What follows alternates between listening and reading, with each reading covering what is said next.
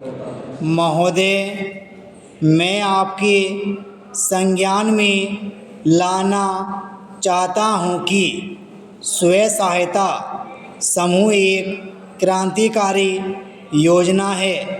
मैं समझता हूँ कि आज तक आर्थिक दृष्टि से बैंकिंग की जितनी भी प्रणालियाँ शुरू की गईं, वित्त व्यवस्था बनाई गई, उसमें स्वयं सहायता समूह एक क्रांतिकारी कदम है और उसको प्रभावी ढंग से लागू करना एक नई सोच थी। महिलाओं में आत्मविश्वास पैदा करने की दृष्टि से उनको सामाजिक दायित्वों के प्रति जागरूक करने की दृष्टि से उन्हें आर्थिक सुधार की मुख्य धारा से जोड़ने के लिए इस क्रांतिकारी परिवर्तन को सहारा दिया गया होता या एक भी प्रतिपक्षी मित्र द्वारा ऐसा कहा जाता तो मैं समझता कि उन्होंने गांव की चिंता की है, लेकिन उन्होंने ऐसा नहीं किया।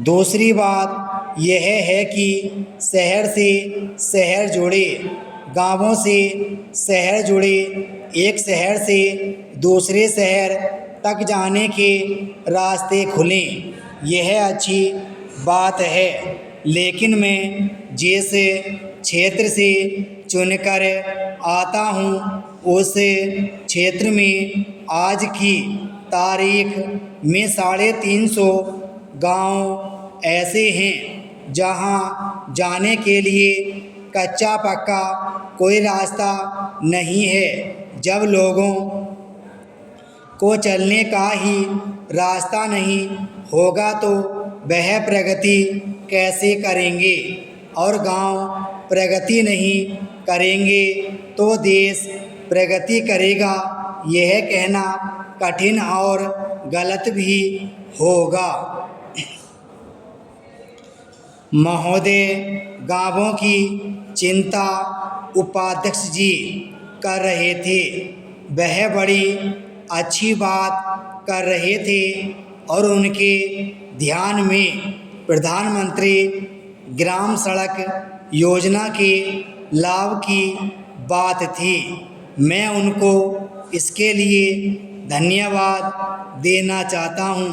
प्रधानमंत्री ग्राम सड़क योजना प्रभावी ढंग से लागू हो, इसके लिए राज्यों को बेहतर होना होगा। मैं समझता हूँ कि जिस तरह से भारत सरकार ने गांवों को सड़कों से जोड़ने के लिए, विकास से जोड़ने के लिए प्रधानमंत्री ग्रामीण सड़क योजना शुरू की है, इसके जैसा सुधार कार्यक्रम इसके पहले भी नज़र नहीं आया।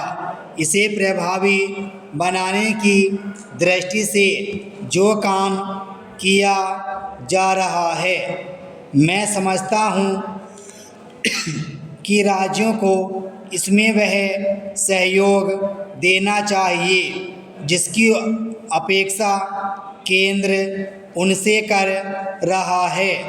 फिर केवल गांवों की बात नहीं है, देश में उत्तर से लेकर दक्षिण तक जो स्वर्ण जयंती चतुर्भुज योजना बनाई गई है और जो अगले कुछ वर्षों में पूरी होने जा रही है, उसके पूरा होने के बाद हम अंतर्राष्ट्रीय स्तर पर महसूस कर सकेंगे कि हम भी एक लोकतांत्रिक देश हैं।